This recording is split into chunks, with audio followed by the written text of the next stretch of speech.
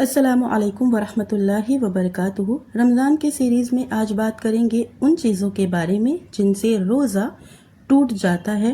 جیسے کہ ہم سب کو یہ پتہ ہے کہ رمضان المبارک کے مہینے میں جب ہم روزے کی حالت سے ہوتے ہیں تو ہمیں کھانے پینے سے منع ہوتا ہے۔ ایسی ہی کچھ چیزیں اور ہیں جن کا ہمیں پرہیز کرنا ہوتا ہے۔ آج میں انہی چیزوں کے بارے میں انشاءاللہ بات کروں گی۔ چینل میں نئے ہیں تو پلیز سبسکرائب مائی چینل۔ رمضان کے دنوں میں کھانا پینا، رمضان کے دن میں جمع کرنا، بیداری کی حالت میں منی کا انزال، چاہے وہ مباشرت سے ہو یا بوسہ لینے سے ہو یا ویسے ہی منی نکل جائے وغیرہ، ان چیزوں سے روزہ ٹوٹ جاتا ہے۔ رمضان کے دن میں جسم میں کوئی غذا دینے والا انجیکشن دینا، یہ سوال بہت آتے ہیں کہ ہماری طبیعت نہیں ٹھیک تھی تو ہم نے اس ٹائپ کے گلوکوز لیے یا انجیکشن لیے۔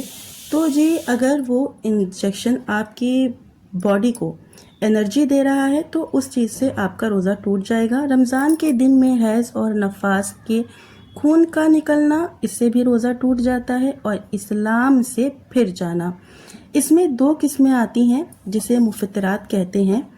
سب سے پہلی جو چیز ہے، بدن میں ایسی چیزوں کا داخل ہونا جو بدن کو فائدہ، غذا اور تقویت پہنچائے، جیسے کھانا پینا، یا ایسی چیزوں کا داخل ہونا تو بدن کو نقصان پہنچائے، جیسے خون اور نشہ آور چیز پینا۔ ان چیزوں سے روزہ بالکل ٹوٹ جاتا ہے۔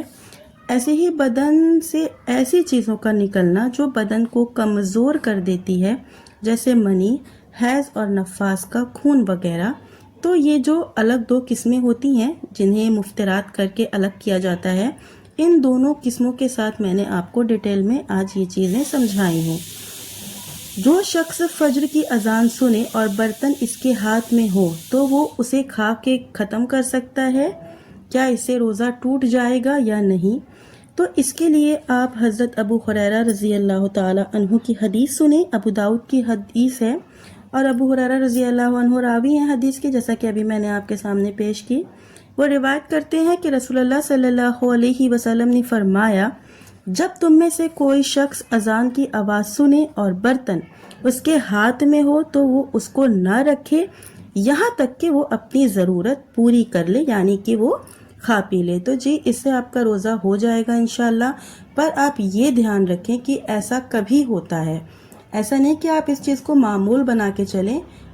کوشش یہی کریں کہ اذان سے پہلے آپ اپنی سحری مکمل کر لیں، یعنی کہ آپ نے جو کھانا پینا ہے وہ آپ کھا پی لیں اور نیت کر لیں سحری کی، روزے کی۔ جس شخص نے یہ سمجھ کر سحری کھایا کہ ابھی رات ہے اور اتفاق سے دن تھا، یا یہ سمجھ کر کھایا کہ سورج غروب ہو چکا ہے لیکن پتہ چلا کہ سورج ابھی غروب نہیں ہوا ہے، تو اس کا روزہ صحیح ہو جائے گا اور اسے قضا کرنے کی کوئی ضرورت نہیں ہوگی۔ یہ اس حال میں ہوگا جب اس نے غلطی کی ہو۔ جان بوجھ کر ایسا کرنا بالکل صحیح نہیں ہے۔ تو ویڈیو زیادہ لمبی نہیں کروں گی، چند چیزیں تھی جو آپ کے ساتھ شیئر کرنی تھی۔ انشاءاللہ اگلی ویڈیو بھی رمضان سے متعلق ہی ہوگی۔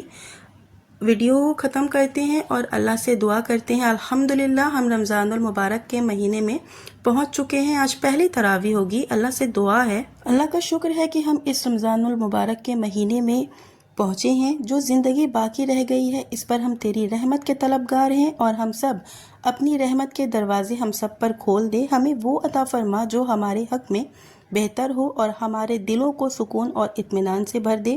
یا اللہ یہ رمضان المبارک ہماری دعاؤں، ہماری عبادت کو قبول فرما، ہمارے روزوں کو قبول فرما، آمین۔